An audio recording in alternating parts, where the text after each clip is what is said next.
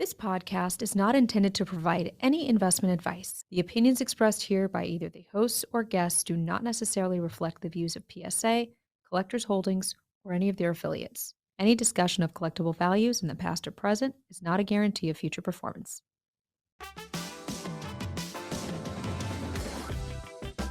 Hello and welcome to Hit Draft. My name is Jack Archer and I'm here with Ryan Green, Chris McGill, and Ryan Porter. Hit Draft cracks open the collector's psyche, showcasing the layers of intricacies and decision-making that go into building a collection. Here's how it goes down. First, a small assortment of PSA-graded cards are revealed by our producer, each a mystery to the host. Ooh, this is our guy. Next, we draft and explain which cards we're taking and why we're taking them. Plus, it's a PSA 10. Give me the 2019 Bowman Draft Gold Wave Refractor of Gunnar Henderson. What's lined up today, Ryan? This one's pretty straightforward. Number one draft picks. You know, we were talking about upcoming hit drafts, and we were chatting a little bit after the NBA draft lottery last month. And Wemby Mania, it's fully underway. We know where he's headed now. The number one pick in the draft, you say that out loud, it comes with some cachet. And of course, there's been some guys who have flopped in the past, but more often than not, you get a pretty big name, a guy who becomes big not only on the court, but in the hobby. And so today we're going to be having a little hit draft here, fully made up of cards of former number one overall picks across multiple sports. But we've got, normally we have the luggage, the nice suitcase, the presentation. Jack, what do we got here? Because this is different and this is awesome. Today we have a full NBA draft board. Producer Drew did it right. Number one, Chris McGill. Number two, RG. Number three, myself. And number four, RP. This is going to be fun. And we have no idea what cards are in here. So he might have some like Markelle Fultz, like bombs in here that nobody wants to touch. And he might have some LeBron James grails. We really have no idea, but it's going to be quite exciting. I'm going to lobby right now that producer Drew comes out on stage, reads these, and we get to boo him like David Stern back in the day. Are we cool with that? Can we make that happen? Yeah, let's do it. All right. So no, without further ado, let's dive in and see what we got, huh? So we're going cross sports. I didn't know this. I was thinking it was all basketball, but I do like this swerve. Mm-hmm. Baseball could be tricky. Ooh. Oh, AI. The answer in the GOAT Topps Chrome design, 2008 Topps Chrome, Allen Iverson Gold Refractor PSA 10. There's a lot I like about this, except for one thing. He's not in a Sixers uniform. The Denver Nugget years just doesn't do much for me, but everything else about this card just feels perfect. Does it make up for it at all, though, that he's going against the Sixers in the image? You got him going against a young Lou Williams? No, it just feels weird. It feels like one of those Instagram basketball accounts. Whenever there's a trade rumor, they do the jersey swap, and it just feels like a little bit off. That's what it feels like to me. Kind of a Nuggets moment, though, right now, right? I mean, it's that time of year. Oh, I mean, when we go baseball and you're talking number one overall picks, especially when it comes to the hobby, Junior. I mean, that's the guy you think of, right? My goodness. 1999 Upper Deck Century Legend King Griffey Jr. Epic Signatures. A stunning deep blue on-card autograph. PSA 10, of course. I mean, this is a card. In the late 90s, Upper Deck really did it right with the on-card autos. You see sets like this and, you know, Sign of the Times, Chirography, where they had a really big blank space for the players to sign, and just, man, do these hold up over time. Adley, our guy, Baltimore Orioles catcher, recent first overall pick. This is his Platinum Stars foil 1 of 1 from 2023 Topps first edition. Correct me if I'm wrong, but the Platinum Stars foil is the equivalent of the Platinum 101 in Standard Topps Series 1 and Series 2. Interesting. What would you rather have as a collector? Would you rather have the Platinum 101 with a little bit more lineage, or the one with the first edition badge, which has a little bit of a cachet to it? I don't know if I'm going for the border here. We can save that for the draft, but I think I'm going to take the former. I think I'm going to take the cachet. Probably in the same boat. Right. The first edition sticker does something for me. The placement on this card, though, we're getting really into the weeds here. But you want it up in the corner, don't you? Yeah, I want it in a corner, like nice and neat. But you got it in the middle, and then you got the rookie badge, the rookie cup. There's the giant headshot. There's a lot going on here. There's a lot going on. Yeah. But if you're an Adley guy, this is a top end card. If you watch baseball, like even casually, and you're not an Adley guy, I don't understand you, because this guy is so much fun. He so deeply loves the game of baseball, deeply loves his teammates, cares so very much. I'm a huge fan of him. And when the Topps Chrome stuff comes out, I might be going a little bit crazy. Okay. This is a fun one. 1999 Fleer Mystique Tim Duncan Raise the Roof insert. This is like 90s greatness if I've ever seen it. Chris, what can you tell me about this card? I can tell you that it looks awesome.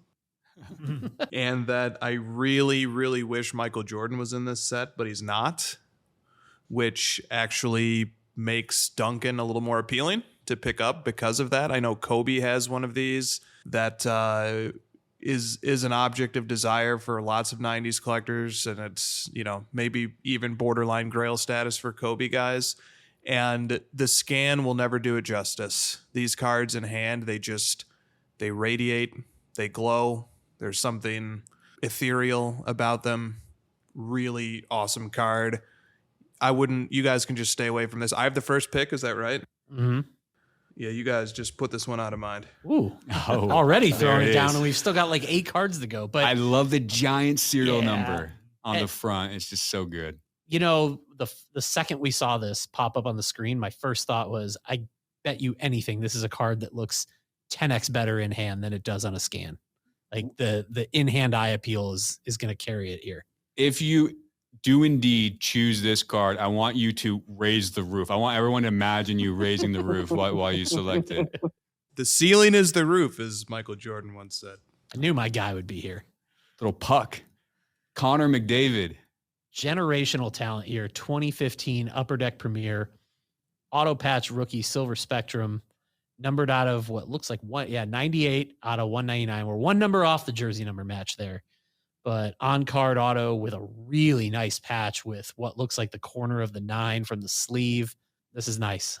I mean, anybody who listens to the show knows how we feel about Connor McDavid. None of us are hockey collectors, but we all are smitten with Connor McDavid and his cards. It's just fun too. Like we're Topps and Panini. We're just kind of drowned with all of those designs. It's fun to play in the modern Upper Deck space with some of these hockey cards. Mm-hmm. This is really, really beautiful. And I'm continually amazed by how expensive his cards are relative to his peers in other sports, because in most cases, they're not just like on par with them. Connor McDavid cards exceed all the other young greats in different sports. Even Patrick Mahomes, in some cases, what he's doing on the ice is really impressive. And even as someone who doesn't collect hockey cards, I'm intrigued. Yeah. It really does feel like it's Connor McDavid. If I'm just zooming out, looking at hockey, it's Connor McDavid and then a lot of space and then maybe the next guy as far as collectability goes, right? He's on a different level. Well, he has something going for him in terms of collectability that I don't think it's talked about a lot. He plays in Edmonton, which, for us here in the States, we think of Edmonton not as like this huge, media market, anything like that. But with hockey, there's some lineage there because, whenever you talk about the next great one, the original great one was Wayne Gretzky, who made his bones playing for the Edmonton Oilers and starring for the Edmonton Oilers. So there's a little bit of a parallel there between early years Connor McDavid, early years Wayne Gretzky. I think that really adds something to his status in the hobby. I like that. All right. Football for the first time. This is a good one. This is a 1998 Bowman's Best Performers Atomic Refractor rookie card of Peyton Manning, number 1 pick in 98, numbered out of 50. This is a PSA 10. We talk a lot about with ultra modern cards, cracked ice, sapphire, atomic refractor. They all kind of are in that same vein. And when you combine that with a big name like Peyton in the late 90s, a very 90s insert here, this is a really nice one. This is, 90s Bowman's Best Atomic is really kind of like near the top of the list for many, many collectors. Peyton Manning stuff, universally undervalued still, in my opinion. Mm-hmm. One of his most visually dazzling rookie cards, you could say. And it's numbered to 50. And it's PSA 10. A lot going for it. Staying with football here, we talk about Panini One for football and as being a very underrated product in a lot of ways, and this is a nice one. This is Joe Burrow, premium patch auto, platinum, number 3 out of 3. Got that laundry tag. The laundry tag. I like the laundry tags, and this is like a genuine laundry tag where this patch has the washing instructions on Machine wash cold, Yeah. wash inside out with light colors. It's a very relatable patch because it's the same thing you'll find in the inside collar of your shirt. But on-card auto, he's got an unbelievable auto with the Joey B. This is great. PSA 8. This is maybe the busiest card I've ever seen. There is a lot happening here. Busier than Adley, huh? You could tell me that yeah. I'm looking at like the reverse side of the card, and I might fall for it. 3 out of 3 is kind of a weird serial number too. You don't see that very often. Yeah, you don't. It's like give me the 1-1, give me the 1 of 5, give me the 1 of 1. 3 out of 3 is throwing me off. Okay. This one's awesome. Yeah. Optic 2021 Cade Cunningham green PSA 9, and green is so funny with Panini because with Prism and Mosaic, it's just like a retail parallel. It's unnumbered, pretty common, pretty close to base in terms of pop in a lot of cases. In Optic, it's numbered to 5. It's like the red refractor in tops of Optic, and on card autograph, pop 2. This card's terrific. Yeah. This is like when we're talking about, we're seeing some big names, not just current, but also past. I like that in these hit drafts, Drew puts something in here that really makes us think in terms of this is like the investment piece. This is the one where you feel like you're taking a little bit of a shot because he's so far from a finished product and us really knowing what's there. And he's been injured. Yeah, exactly. So there's I guess there's a little bit of risk involved, but there's a lot going for the card when you look at all the elements of it. Yeah. Chris, you watch a lot of basketball. How confident are you in Cade Cunningham going forward? I would have been more confident if the Pistons could have landed that number 1 overall pick. They kind of got the short end of the stick when it came to the lottery after tanking, basically, for a lot of this season. So, but I guess that's a mixed bag, right? Because now it's Cade's team. He won't be really sharing that. He won't be sharing his headline with anybody unless like Ivy makes a big step. They've got really good young players. Duran is going to be probably a really good big in this league in a few years. Cade puts up the numbers that you want to see a modern superstar put up. He's got all the facets to his game. He's got scoring. He's got the ability to play make. He can pass. He can rebound. He's got the size and the athleticism to become a good defender one day.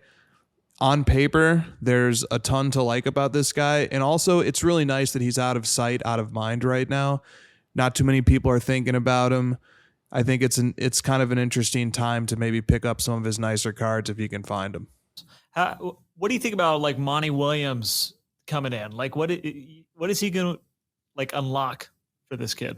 That's a great question. I mean, I can't believe the Phoenix Suns let him go. I don't think that was based on coaching ability. It might have been based on locker room stuff or relationships or personnel stuff just kind of not working out, because he's the winningest coach in the NBA over the last 2 seasons. He's just an exceptional coach. Detroit is beyond fortunate to have him. I think he's going to bring, if any coach could bring a culture of success to Detroit and nourish this young core, they've got the guy who can do it. So I think they lucked up there. Maybe that was their fate balancing out with losing the lottery, but landing one of the very best coaches in the league. Mm-hmm. All right. This is interesting. So you've got a number 1 pick, but we have a card that's produced about 15 years after they retired. Makes this very interesting. This is John Elway, who was the number 1 overall pick in 1983. This is a 2021 Panini Absolute Kaboom green 1 of 1 PSA 9 mint. This is actually sold for less than I would have guessed. It's sold for $5,700, including buyer's premium. I mean, 1 of 1 kabooms are as good as it gets. But for someone who's retired and has been for retired as long as Elway has, a little bit less appetizing for collectors. But here's one thing I love about this card.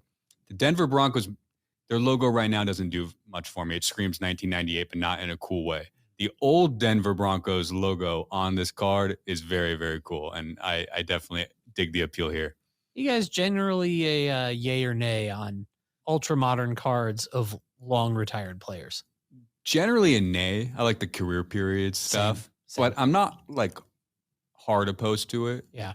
Especially if it's autographed. I got a question for you. When a guy like Elway, he made the move to the front office, right? We will watch a Broncos game now. Cameras are going to like cut to him more than a few times. Or you take a guy like I don't know, Jeter, who, you know, went to the Marlins for a little bit, had a little stint.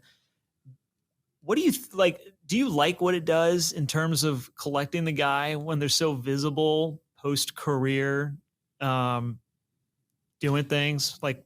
It depends how visible. Yeah. Like, is it like Dwayne Wade on a yacht and then like doing cool stuff on TV? Like that's cool. That's a good thing. Is it like I don't know. I'm about to name some people I shouldn't name. So I'll just use your imagination for some athletes doing some problematic things in today's news. And like, you know, that's a bad thing. So I think it just depends what they're doing. And in Elway's case, I mean, he gets a lot of negative attention just for like how like the quarterbacks that he's drafted, the potential of the Broncos just kind of always floundering. I'm with you. I was having this conversation with someone the other day. I wonder how it affects younger collectors collecting retired players. Like we were talking about Charles Barkley, right? Like how many young collectors only know him from his golf swing, from the golf swing, from, you know, NBA on TNT. Whereas in reality, in the 90s, he was a top 5 NBA player. Like, do younger collectors value that the way maybe someone our age does? Right. I don't know. I think staying power matters, and if you're in the media and all of that kind of stuff, like I think it certainly matters. The issue is that like John Smoltz is great calling baseball games, but like John Smoltz cards aren't suddenly like so much more interesting. Tony Romo cards aren't going through the roof.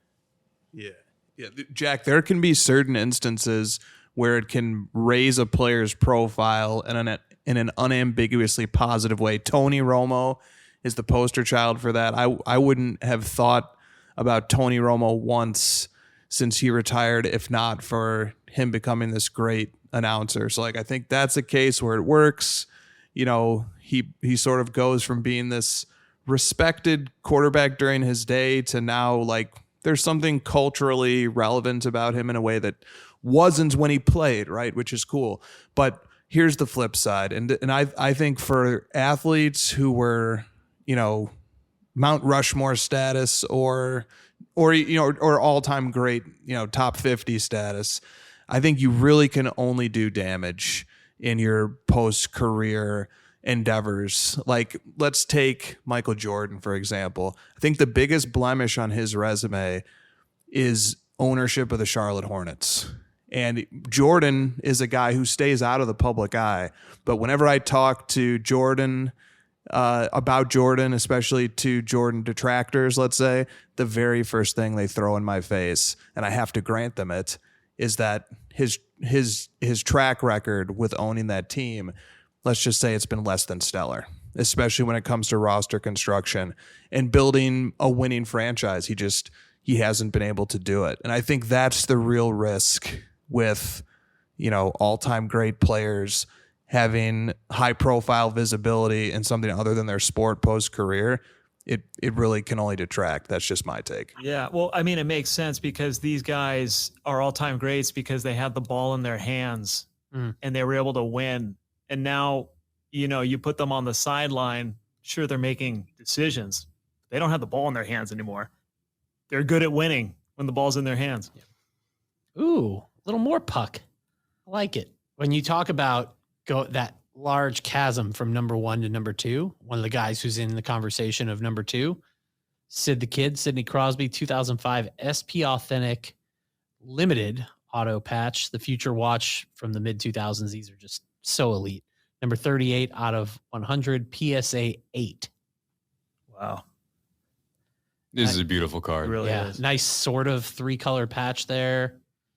Visually, some of my favorite cards are from this like mid 2000s era. Yes. And this is one that does a lot for me visually. Yeah, I'm definitely, I'm not going to lie, guys. I definitely got my eye on this one. Yeah. Interesting signature by the guy too. Yeah.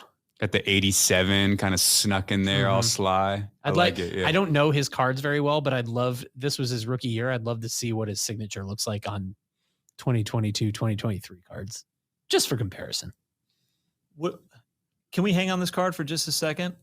Is this the the NT RPA Yes. of its time? Yeah. Uh-huh. The Future Watch, SP Authentic, RPA. Obviously, this is when like Exquisite, Ultimate Collection, all those were out, but like SP Authentic definitely holds weight. This is one of my personal favorite cards of all time. Yeah, Ryan, you're choosing this card. This is decided. 1994 Upper Deck SP Foil A-Rod PSA 10. This is a big card. Oh man, 12-year-old me, obsessed with this card. I've owned multiple copies multiple times. I have one currently in my PC that's a PSA 9, and I have a PSA 9 because I cannot afford a PSA 10. This is awesome. How is this for a stat? 17,900 plus examples have been graded by us at PSA. Fewer than 1% have achieved PSA 10 status. We always talk about the condition sensitivity with 1993 SP Jeters. This one arguably is even more condition sensitive. Not only because you had the foil on all 4 corners on the front, but the back has a full black design. It's white on the bottom. So the top 2 corners and the top edge on the back, notoriously impossible. Say what you want about A-Rod. He should be in the Hall of Fame. This is unbelievable. I've actually been looking at like some A-Rod cards recently. Criminally underpriced. All right, I got a question for you guys. Bigger threesome to not win a championship together, okay? So we'll take Griffey and A-Rod and Randy Johnson and put them up with Durant and Westbrook and James Harden. I mean, Who you it's got to be the Mariners there. Mm-hmm. The big unit was dominant. The kid was at the top of his game. A-Rod was like the hottest young star. Back with like in the Thunder, like James Harden was still like 6-man territory. They were so young. I don't know. We never got to see them all together at the peak of their powers. And we got to see the Mariners close to it. Mm-hmm. A-Rod wasn't quite there, but the other 2 were. The Mariners were stacked beyond that. Yeah, we got Edgar Martinez. We got everyone's favorite Jay the Bone Buhner. Like they had some players back in the mid 90s and some spectacular seasons and zero hardware to show for it. Buhner could mash. I saw Jay Buhner at a Costco once, and he had an entire Costco shopping cart filled with rotisserie chickens.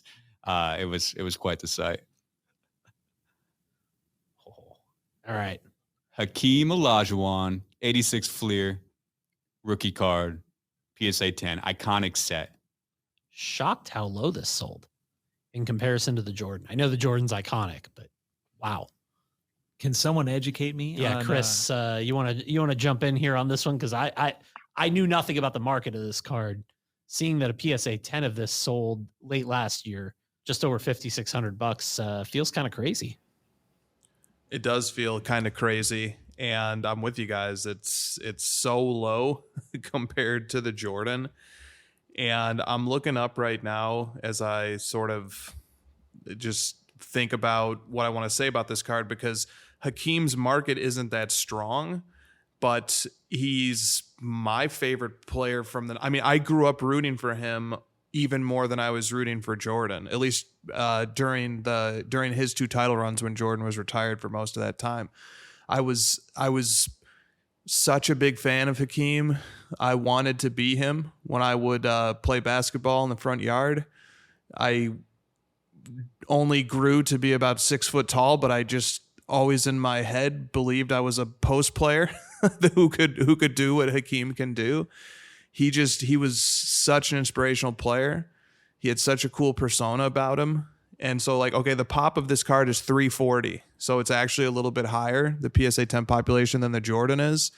And the population on this set in particular, the PSA 10 pop, it matters so much. It's why the Johnny Moore sells for 10, 15 times what this Hakeem sells for, is just because there's so few of them. And there's lots of people who would like to have a complete set, a PSA 10 complete set. So I think the population factors into it. I think, there's lots of levels to get into this card. If you don't want the 10, there's lots of other grades too.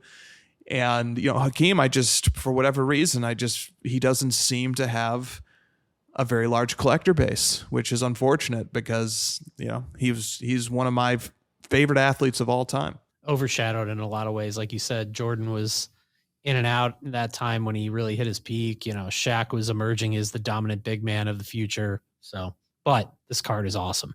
So he did beat Shaq in the finals, by the way. We've got our full draft board here. We're going to take a quick break. We're going to come back and we're going to pick them. You guys probably already have a little bit of an idea of how we're going on some of these, but I look forward to seeing how this draft board lays out. We'll be right back. Okay, guys, new month, new grading specials from PSA. So before the show continues, I just wanted to drop back in to give you guys all of the details. We've got to lead off here with the biggest draw. This month, we're introducing our 90s Plus Sports Special. Any sports card manufactured from 1990 to present day is eligible. So get the binders and boxes out and start getting those orders prepared. This special, which is exclusive to Collectors Club members, gives you access to $15 per card grading on any card with a maximum declared value of $199. For cards from the 90s all the way up through new releases such as Donruss Optic Football, Top Series 2 Baseball, and more, this special is perfect. And the estimated turnaround time on these orders will be just 65 business days. Meanwhile, we've got some general admission grading specials going right now as well. What does that mean? No Collectors Club membership required for these two. So in terms of those specials, we're going to start with the Funko Bowl special. Any sports Funko Pop figure with a max DV of $499, grading for these starts at just $35 per pop with an estimated turnaround time of 45 business days. Our Hot Ticket special offers $50 off of express grading for full tickets and stubs with a max DV of $2,499 per ticket and an estimated turnaround time of just 30 business days. For full details on our grading specials, visit psacard.com/specials. And if you're not a Collectors Club member, visit psacard.com/join to learn more about the perks that come with it and, of course, to join today. Now, back to the show. All right, we're back and it's time to draft. We got Chris McGill up first. He kind of already had his spoiler alert moment, but he saw some other cards after that. Did your mind change, Chris? No. It would be very hard to outdo this card. Look, I'll try to keep this concise, but we're having this moments right now. You have Embiid, you have Jokic, you have Giannis. The era of the big man is upon us. It's Shaquille O'Neal is loving this, and when he gets to finally analyze basketball, that's not just threes and layups. I'm loving it too. Tim Duncan, I feel like, is going to be one of the cultural beneficiaries of this era of big man dominance in the NBA. I can certainly feel it myself when I'm looking at these great bigs and I'm saying, how do they compare historically? And Tim Duncan is obviously one of the names that comes up. I love this card. It's a beautiful card. And you know what else I love? I love the golden caption. Producer Drew gives us a beautiful image of the card and the item description that comes from the listing on Golden. And you know what? Sometimes the shorter it is, the sweeter it is. All you need to say about Tim Duncan, it's summed up in this sentence. Tim Duncan is one of the best big men to ever play the game. Yes, he is. Beautiful 90s insert, second-year Duncan card. I mean, it's a no-brainer. I told you guys I was taking it. Just glad I got to go first. You sound like you were flowing there for a second. There was a Giannis era is upon us. There was might have been one more rhyme. Yeah. It's a Like great that. card. Well, Chris tipped his hand, excuse me. I tipped mine as well, and I'm going to stick with it. I want that A-Rod, the PSA 10 1994 SP. Obviously the nostalgic obsession with the card factors in, but I think it's genuinely undersold. Jack pointed out the PSA population data, how impossible a PSA 10 in that card is. I venture to say that you could open every sealed box of 94 SP baseball that remains in the world, and due to bricking, aging, paper loss, all that, and all the other issues, you won't find another PSA 10 that's still sitting in a sealed box. Mm-hmm. I want it. Yeah, I love it for you. There's something about A-Rod in a Mariners jersey that is going to hit home for a lot of people out there. I'm very disappointed you didn't change your mind. That was far and beyond my number one choice, especially if you look at its price compared to the Derek Jeter equivalent from the year prior. It's like a big arbitrage moment, in my opinion, between the two. Not saying A-Rod should be at the same level of Jeter, not even close. I love Derek Jeter, but he should be a little bit closer than he is right now, in my opinion. No, I couldn't take A-Rod in the third pick. I'm taking another Mariner gray. Got to get that big, bold blue signature. I'm going with my man, Ken Griffey Jr., a.k.a. The Kid, 1999 Upper Deck Century Legend PSA 10. I mean, that's all you kind of need to know. It's an on-card auto, one of the greatest autographs of all time for one of the coolest players to ever live. Easy choice. All right. 2 picks. I'm going to have to audible here. It's not too hard. You know what I need in my PC? A little icebreaker. I knew it. I don't have one. It's time for me to hit the ice. I'm going to do it with this 2005 Upper Deck SP Authentic Future Watch Sidney Crosby. I love the layout of this card. It's so beautiful. I mean, he looks like he's going fast here. Sidney Crosby you don't need to know hockey to know that he is just one of the greats. Mm-hmm. And he's how many Stanley Cups? 3, I believe. I'll take them. And it's interesting historically, you look at like all the madness over LeBron in 2003, Crosby comes through a year later, he was a year or two later, he was really, I remember at the time, the way they were hyping him up as this generational number 1 overall pick was the LeBron James of hockey. So, they both have it in common in that they both lived up to the expectations and beyond. Mm-hmm. Good pick. Thanks. I'm going to keep it horizontal.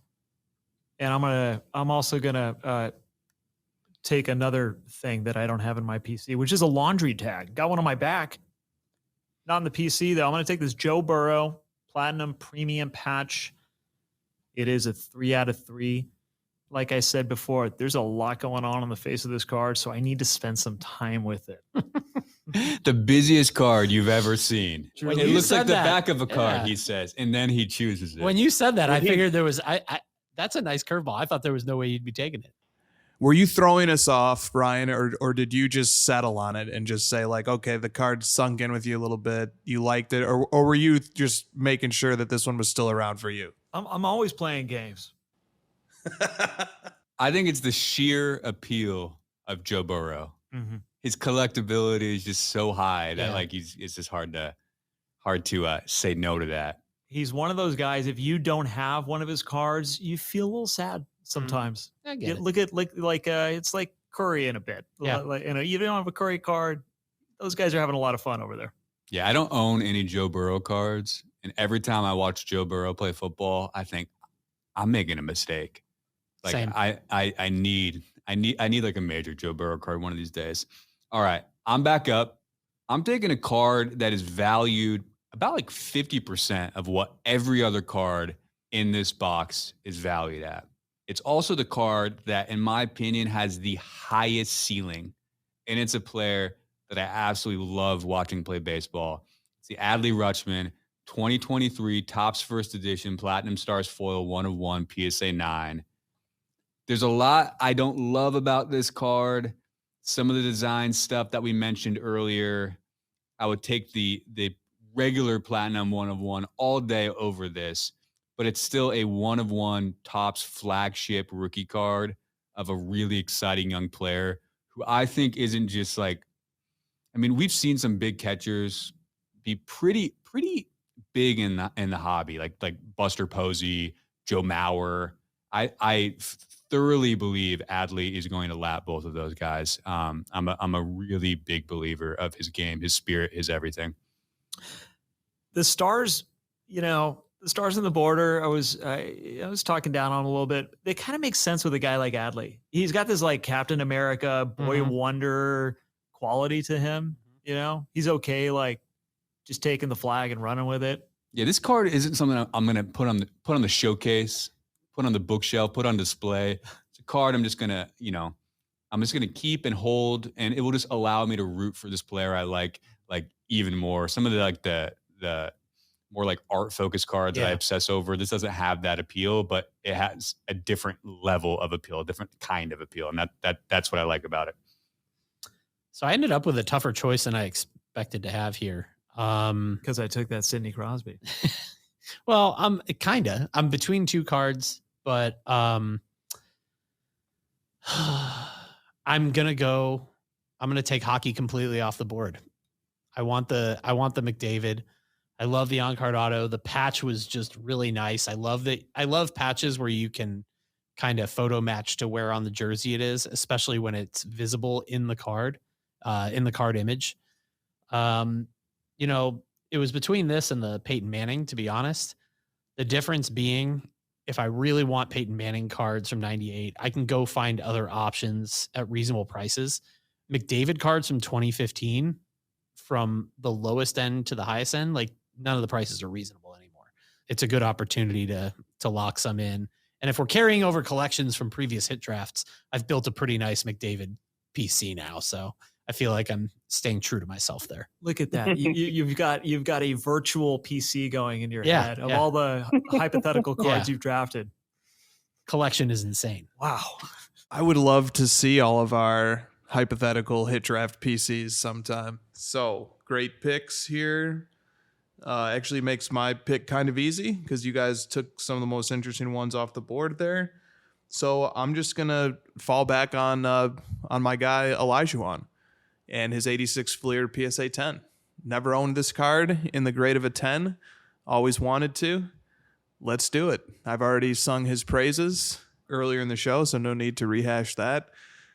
86 Fleer. What more needs to be said? I'll take the Dream Shake. Chris, who's the second of the two picks here?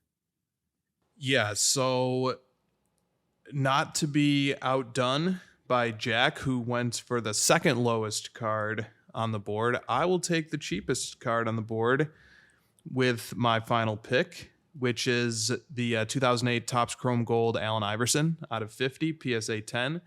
It is a Nuggets moment right now. I think Ryan might have used that phrase earlier, and I agree. And obviously it's not the iconic Sixers uniform, but I don't know. I like thinking about Iverson's Nuggets run a little bit here. This is he's got so many great 76ers uni cards. He had such great moments. I get it. This is not his most desired uniform. I'm not going to try and say that it is, but there's so many other things working for this card. I do have a soft spot for the Nuggets, and it's just a beautiful, 08 Topps Chrome Gold. I think what did Jack, what did you say about this set? It's the GOAT Topps Chrome design? It's unquestionably the GOAT Topps Chrome design. Like nothing beats it. It's incredible. Every photo is fantastic. Yeah, I love it. So I've got Duncan, Olajuwon, and Iverson. I really have found a 90s, home here with my picks, and I like the continuity of them. So yeah, there we go. Fun trio, Chris. Yeah. I like the curation here. Well, so I stressed at pick 7 for no reason because Peyton Manning fell to me. So I'm gonna just keep it simple. I'm gonna grab the Peyton Manning 98 Bowman's best performers gold atomic refractor. Easy choice. Strong pick. Cade Cunningham, optic on-card auto out of 5. John Elway just doesn't do much for me as a collector, as a sports fan. I'll take the upside of a really exciting young player, really exciting young team. Got Monty Williams in the leadership role there. There's a lot to like about the future of the Detroit Pistons. Love Cade, love on-card autos. Huge fan of Optic. Just a great card all around. My pick. A 1 of 1 kaboom falls to me. Not a bad card to be left with at number 12. I'm not terribly mad at it. In fact, as I was looking at this card and talking myself into it, I went back to those 90s Nerf Vortex commercials with John Elway. Oh, those were fantastic. And I found a happy place for this card to just kind of nestle into. So I'm good with it. I'm good with this card. It's my that first commercial kaboom. when he throws it like out of the stadium or something, or like 90 yards with like this cool ease. You brought back some vivid memories. Yeah, that's just wonderful. Big Vortex guy. That was a great hit draft in the books. One takeaway from me, the appeal of just great 90s cards just never goes away. Yeah. That stood out as a theme for me here. I love, I think it's a product of all these guys being first round picks. Mm-hmm. And, and things turned out well for all of them. But the narrative it really, there's a lot to talk about. We have a lot of memories with a lot of these guys. And even a guy like Cade Cunningham, I'm sure we could speak to an hour about like where we think his career is going and whatnot. So yeah, there's a lot of juice with these guys. Well, this was a good one. This has been Hit Draft here on the PSA Pod. We thank you guys for listening. We will be back again next week with another episode of The Index, looking back at May 2023. Jack Archer, Ryan Porter, Chris McGill, producer Drew. I'm Ryan Green. We'll see you again next week.